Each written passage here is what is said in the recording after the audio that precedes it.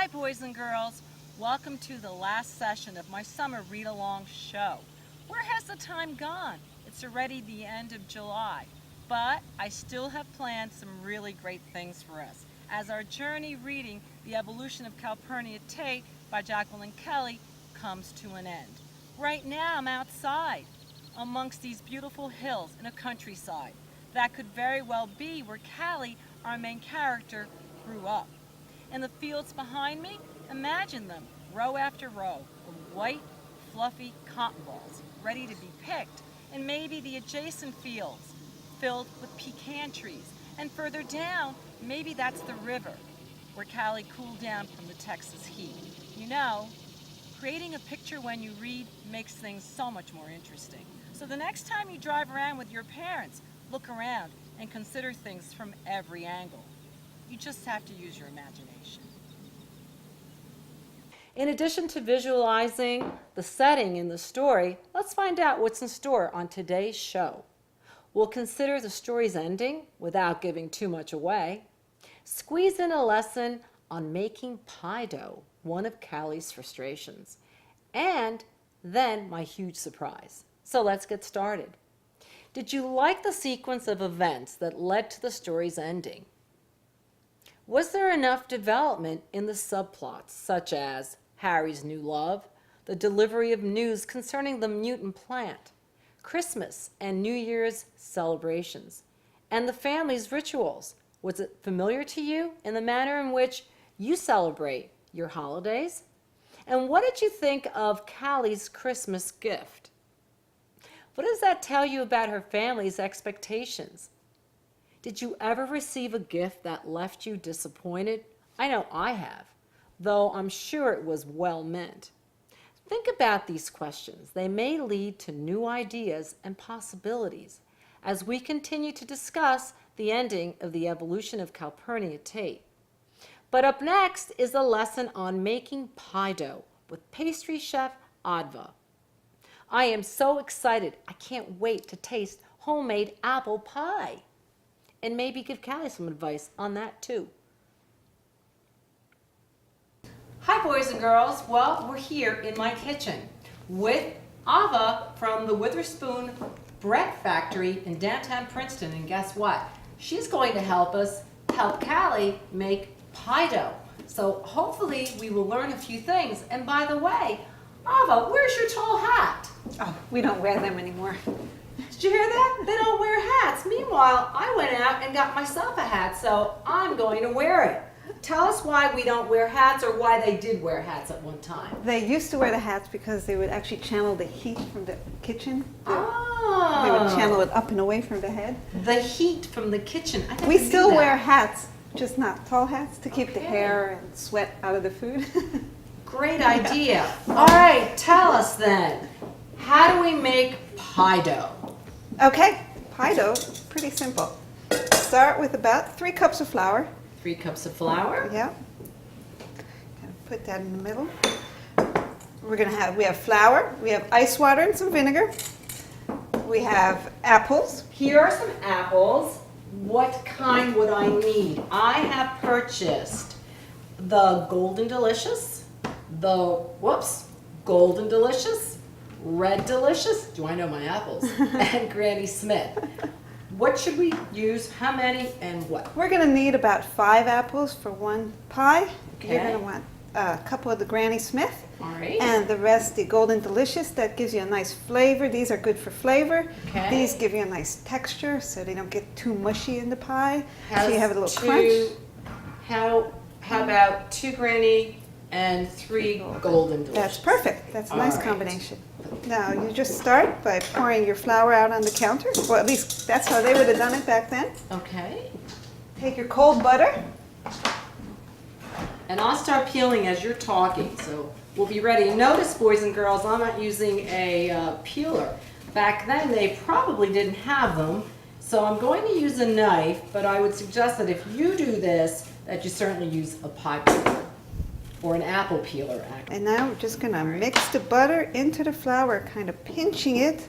Okay, so we have how much butter in there?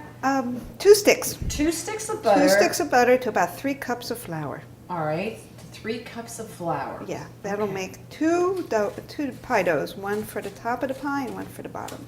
Okay. Top of the pie and the bottom. And when you pinch it, how do you pinch it? Just squeeze it together? Yeah, kind of cover the butter with some flour and squeeze it. And we're Okay. gonna keep doing that until the butter, and you don't wanna push on it with your palms. You wanna keep everything as cold as possible. Okay, I'm watching you as I'm peeling away. I And have we're just these. gonna, the butter was cut up into small pieces so that it'll incorporate a little faster. Okay, And let's see we're what you're just doing. going to keep So pinching. you just keep pinching and squeezing it in and bringing the flour into the center at Yep, the same time? Yep. Okay. And you want the largest piece to be about the size of a small pea. So you were saying that the Granny Smith is sweet or has a tarty taste? It's tart. Granny Smith Mhm. is tartar, but it keeps its texture so it doesn't get mushy. So you get a nice crunchier pieces in the almost. apple. Okay. The Golden Delicious is a sweeter apple, Mm-hmm. but when you cook it, it becomes less crunchy and a little more mushy. Okay. So you get some pieces that will fall apart and become more applesaucey. So then we want Golden Delicious and Granny Smith. Yeah, that's a good combination. Yeah. It seems like yeah. the apples, preparing that in itself is a job. Yep. Not to mention exactly Yeah. what you're doing. Yeah. So we're gonna still continue with watching you, and I will be industrious and try to quarter these and cut the quart part out. Quarter and core. Let's see, there we go. There's another one. Okay. Let's see. See, these pieces of butter are now all covered in flour Mhm. and small. So that takes flattened. about a good 5-10 minutes to do that. Yeah. Okay. And notice that we're working on a countertop. Would there be a particular surface that even today you would work on? Is it like a wooden Well, surface? honestly, if I was doing this today, I'd use a mixer. You would do the mixer. Uh-oh. So much for $18.99. Okay, so now the butter is kind of incorporated. It doesn't have to be perfect. In fact, you want big pieces of butter. That's going to be a nice flaky dough. We have a little apple cider vinegar, about a tablespoon. It's like a little volcano. Yes, So you made a little yes. pile and you kept a hole in there. And then And what's this? that's about 2 tablespoons of just ice water. Ice water. And you're just Okay. going to start mixing it in without letting the water leak out. So you Wow. don't get a water all over the Yeah, I place. remember playing like that in the mud, but this is a little different. Yeah. And our character was saying how they just got 2 scoops of flour from the bin, Mm-hmm. and they threw it in there, and with that they added a twist of lemon or so. Oh, well, you know, Tell us about the lemon. the lemon, we used vinegar instead of the lemon, but the Okay. lemon and vinegar would do the same thing. It's technically what it does is it softens the pie dough, the flour molecules, so they don't come together. I'm adding a little more water, it's very dry. That's the good part about doing it by hand. You can feel the dough coming together. Mhm. Whereas if you do it by machine, you don't have the feel, so sometimes people add too much water. So you go by the feel of the Yes, The dough, yes, that's- especially when you're working with flour, because it depends how dry the room is. The flour can absorb more water, less water. And see, and it came together. And this is pie dough. This is pie dough. This is And it. our character complains about having it too runny, too lumpy, too sticky. Yep. So what do you think you have there? Uh, Just the right consistency? I hope so. So it should be firm? How would you describe that? Yes, it's like a little firmer than Play-Doh. This is And fun. Ideally, now what you would do is you would Yeah. pop this whole thing in the refrigerator Mhm. and let it come together and cool for a while. Okay. Um, And the purpose for cooling is to what? Let the flour absorb the water some more. And it so would be that easier to manage? It'll be easier to roll out, exactly, Okay. exactly. So you would just wrap this in plastic, I guess they didn't back then, Probably not, no. and pop it in the refrigerator. Actually, you'd cut it in half because you want a top and a bottom. Oh, okay, all right. So we cut it, and that, again, now how many cups did we use? 2 cups of flour? 3 cups. 3 cups of flour. 2 sticks of butter. 2 sticks of butter, chopped up the butter, Yeah. and just pinched it and combined it, actually. There was How many tablespoons of liquid? about 3. 3. So there was a tablespoon or so of the vinegar and then the ice water. And what do we do next? We can roll out the bottom. Okay, I can do that, and you can slice the apples. alrighty. I'll just borrow your knife. real Yeah. quick. Cut this. And how do you want the apples cut? Is it just in small portions, or? I would just go ahead and slice Like them that? like that. Okay. Yeah. Okay. I This knife so it's ready to go. Alright, just like this. yeah. Yeah, you want- How's that? Good. Feel like a professional chef already. You're just gonna work slowly with this because it's going to be. Yeah, that's one of the problems Finicky. when I've done anything like this, it's always in pieces. Yeah. It's like it doesn't stick to itself. So does that mean that, what does that mean? It means it needs more time to rest. Okay, so The that's flour what the really issue needs is. to absorb the liquid and come together. And again, when you said liquid, it was water, and I think we also added some wine vinegar. Yeah, Or a cider little vinegar. apple cider vinegar. Apple Yeah, cider just, vinegar. just to loosen the gluten strands so that you have a nice flaky. Okay, Dough. guys, I hope you're out there taking your notes again. We're trying to keep track here so we can help our character. And I keep turning this about 1/4 of a turn, not even 1/8 of a turn, so that you get a nice round circle here. So Wants to if go we separate. were to let it rest, for how long would it rest? Minimum of an hour. You can do it the day before and then come back to it the next day from the refrigerator. That too, sometimes you can make it, put it in the freezer, come back to it. But at least an hour to let it really. It does need an hour. It looks like it's rolling out. And how thick do you roll it out? I don't know, that's about 1/8 of an inch. 1/8 of an inch. Okay, so that's a very rough looking apple pie dough. Looks good to me. Wow, that's a real McCoy here, isn't it? It's a real thing.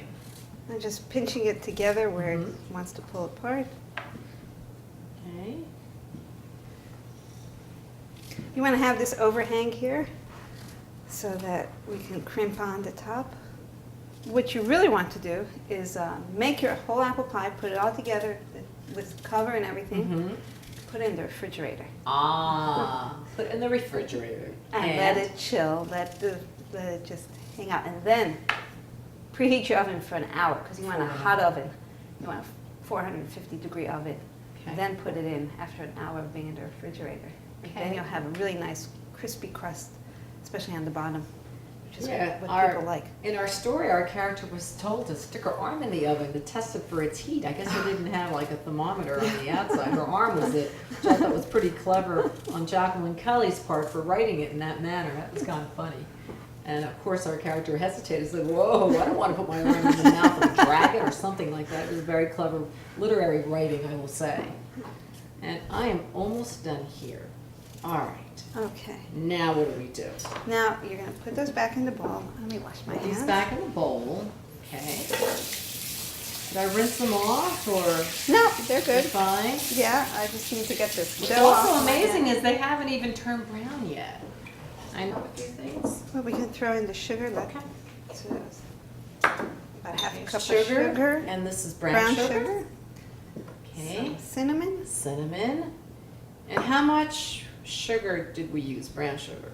It was about half a cup of white and half a cup of brown. Okay, And cinnamon and nutmeg.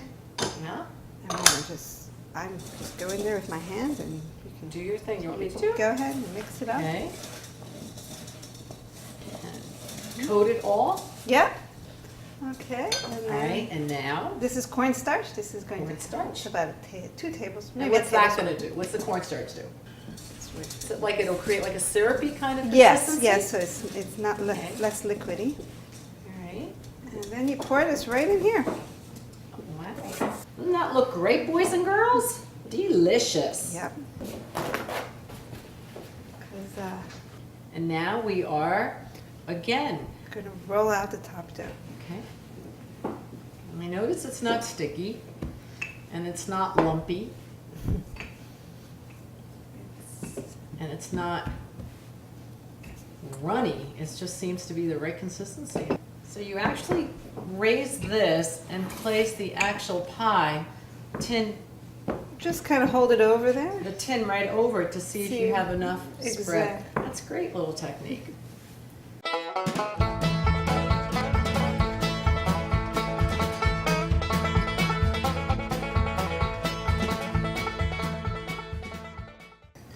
We're gonna just brush Wet it a some, little bit? wet the edge, yeah. Okay, so we're gonna wet the edge a little bit. And take Both hands. your thumb and forefinger Yeah. and your other finger, and you're gonna Oh, Pinch it. that's how it's kind of like go done. around, yeah, and you keep your fingers floured so it doesn't stick. Okay, you do that side, I do this side. Okay. So, see if I'm doing, should it stick over the side Uh, of the, it should stick out stand or? up, yeah, it should It should stand just stand up. So that's the secret.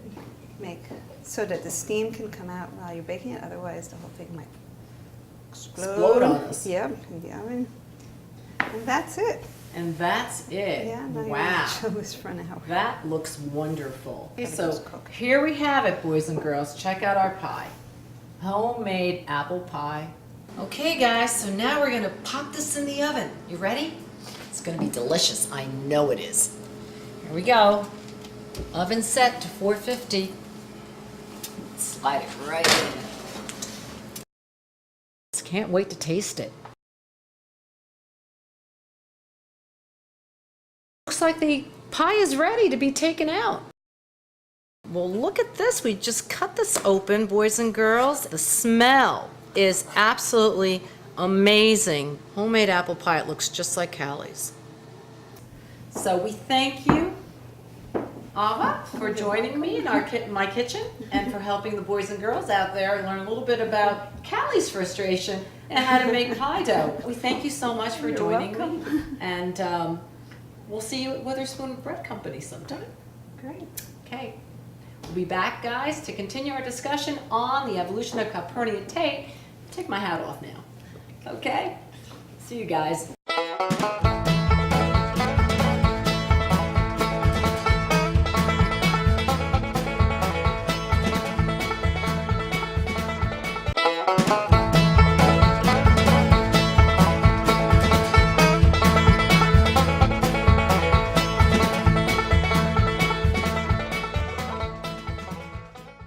Tell you, it smells delicious. I wish you are here, but you're not here. But here we go. That was delicious. I hope you've learned a few things about making pie dough. Not too runny, not too sticky, and not too lumpy. Maybe you can give your parents a few tips as well. But as always, be sure to ask permission before baking and cooking in your kitchen. You know, reading the evolution of Calpurnia Tate has truly been a journey, not only for Callie, our determined character, but for you as well, the reader. Think about the last few pages of the story. Were they satisfying? Do you think that there was enough information to predict what will become of Callie? Will she master the art of becoming a lady? I think the answers are somewhat personal, as every reader brings something to a story and takes something away. You know, a few years back, a poet told me, once a poem is out of the poet's hands, it belongs to the reader. I feel the same way about a novel. It all belongs to you, the reader. You are free to decide for yourself, and perhaps reading the story has changed you in some way. One idea I look for in most novels that I read is, does the character change? Think about the title, the manner in which we actually began the series. What did Jacqueline Kelly mean by the evolution of Calpurnia Tate? Do you now know? I think you will agree that she was implying Callie's character would evolve in some way. Maybe in the realization that anything is possible, even for a girl living in 1899. And that is a huge lesson for all of us, because anything and everything is truly possible. Jacqueline Kelly wrote a heartwarming story, and I, for one, will miss reading Callie's adventures. Maybe you will too. But there is one thing that we still can do, and this might be a good time to do it, and that is to go back to the story and to reread some of the quoted material from the beginning of each chapter. See if you can make a greater connection as to why the author used it. Think about Darwin's scientific facts. How did the author apply those scientific facts to the characters, to the plot in the story? Was it a vehicle to help the reader discover something even more meaningful? Jacqueline Kelly has written an outstanding story, interlacing scientific facts in a most natural way to shape characters, to help explain the behaviors of living species. I think we got more than just a story here, boys and girls. Much, much more. And further, rereading passages after you finish with a book is giving yourself the gift of time to mull over a story, to taste it again and enjoy all its sweetness, and maybe to say, yes, I get it. I now get it. Hey guys, I do get one thing though. I did promise you a surprise, and I think it's time to reveal it. So are you ready? Here goes. Guess who's joining us back at the studio? Did you guess? Well, if you guessed Jacqueline Kelly, author of The Evolution of Calpurnia Tate, you're correct. I can't believe it. Yeah! All the way from Austin, Texas, via Skype. I'm delighted to have you on our show. I am so excited. We have Jackie Kelly here, author of The Evolution of Calpurnia Tate. Welcome, Jackie. It's a thrill for me to have you here. Thank you. You're very welcome. So, my greatest question to you is, what inspired you to write such a beautiful story? Well, the whole book was inspired by the old house that I own out in the country in a town called Fentress, Texas. And the house is about 140 years old and doesn't have very good air conditioning. And I was lying there in the parlor one day in the middle of summer thinking, it's so hot.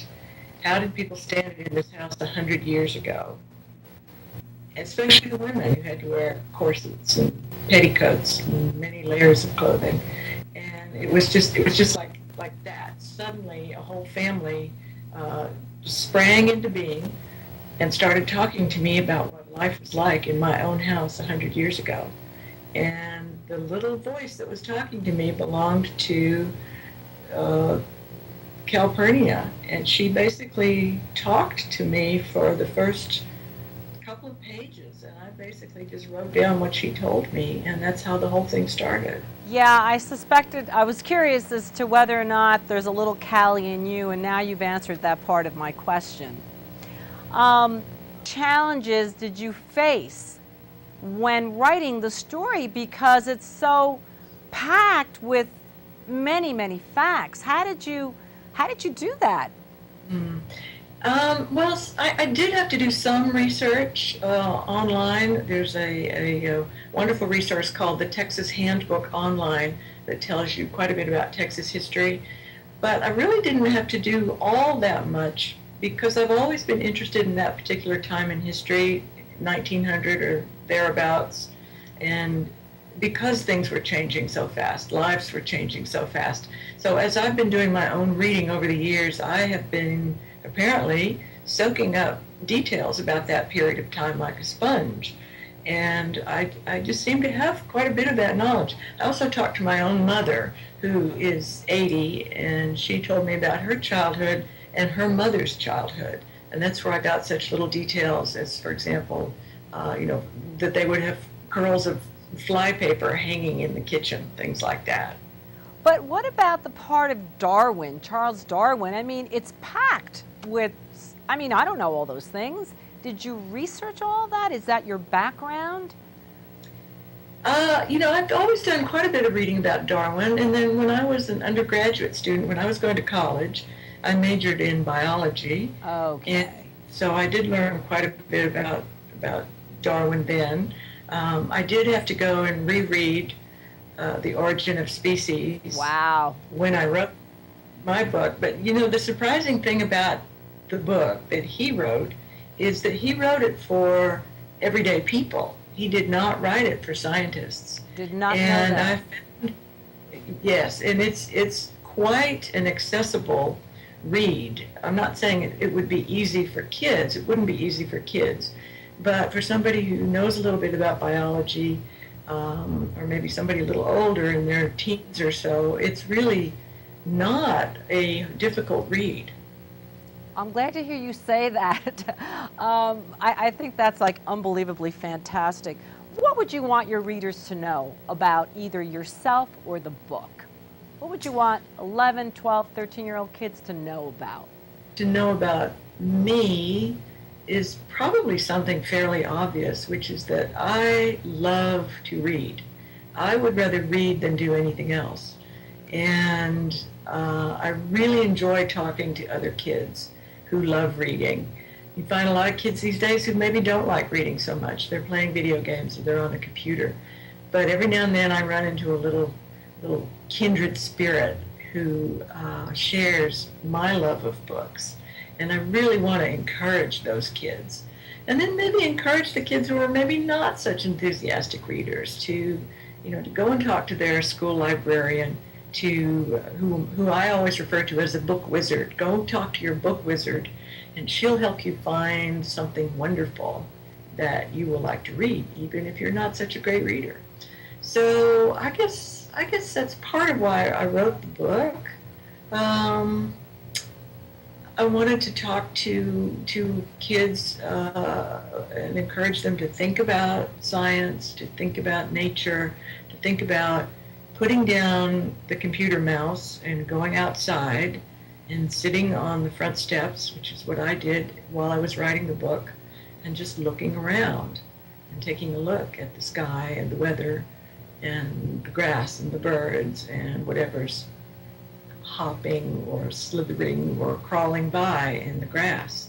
So, and I've had kids write me letters who tell me that they've started doing that, which I think is really wonderful. And so have I. I have to tell you too, in one of the shows I did have the children make a journal and go out there, I said, and start drawing what you see. So you have been such an inspiration for me, but certainly for the children who are reading your book right now. Here's another question for you. Were you surprised when your book received the Newbery Honor Award? Did that surprise you?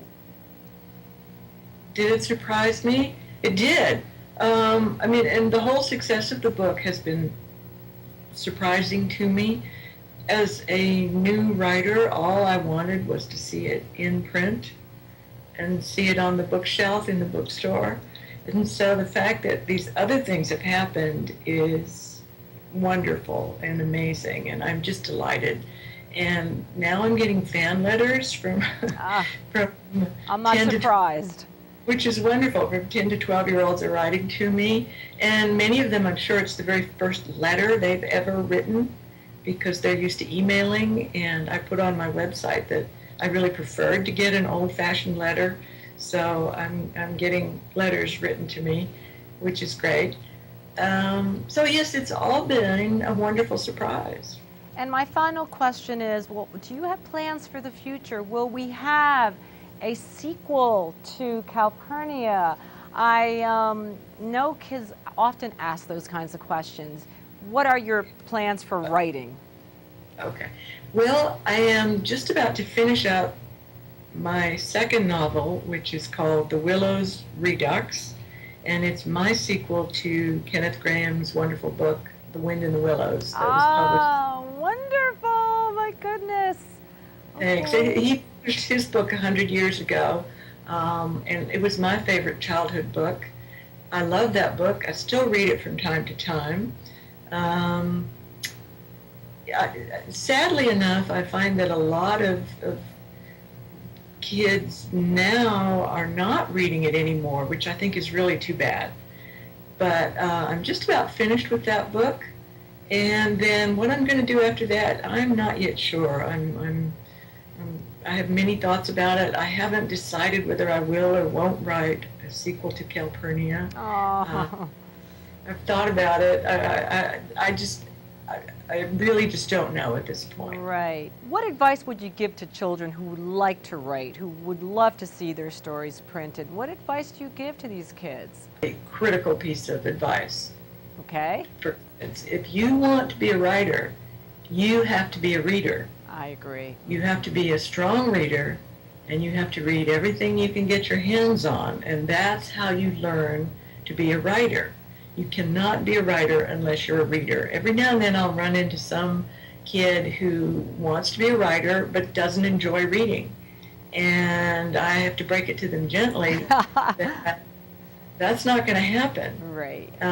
The way you train your brain and your ear to hear what sounds good on the page is you do a lot of reading yourself of the really good books that have been written for kids. Wow. Well, I just have to tell you that I feel so connected to your story. I've been with this little story for the past 4 weeks, and Calpurnia has certainly found a place in my heart. And we just would like to thank you so much for having stopped by into our show, and we wish you the very, very best and many more happy writings. And believe me, we will certainly follow you and pick up the next book or two that you publish out there. And definitely, I understand enjoying the children's letters is probably the most important thing as well, because they are your audience. Thank you so very much. Jacqueline Kelly, author of The Evolution of Calpurnia Tate, our summer reading book, boys and girls, as we say goodbye. And thank you so very much. Thank you. Bye-bye. Bye-bye now. This pretty much wraps our last session. Our summer reading show is now over, and I hope you've enjoyed reading The Evolution of Calpurnia Tate, written by Jacqueline Kelly. And I hope that the story has given you a greater understanding of life's lessons. I like to leave you with one last thought, and that is, if the story has left you wanting, wondering, thinking, what if, what happened next, guess what?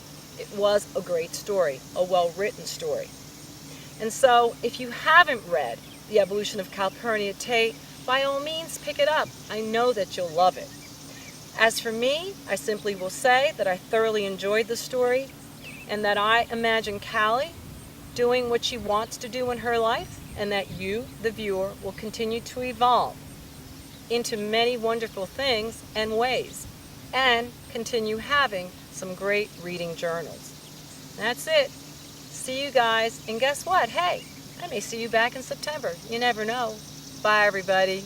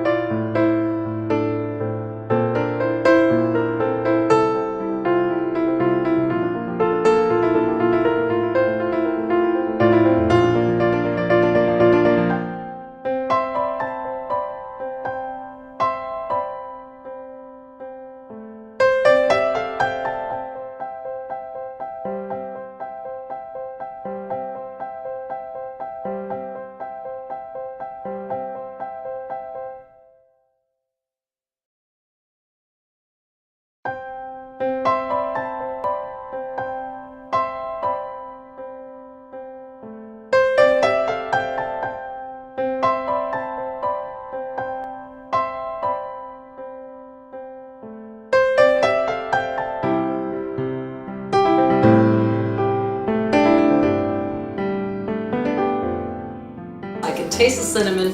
The apples are just so tender, so sweet. They melt in my mouth, and the crust is heavenly. Adva is a great pastry chef. Adva is a great pastry chef.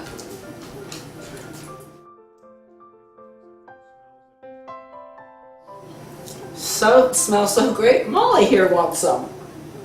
You want some, Molly? I'll give you a little piece of apple. It might be a little hot. Even Molly likes it.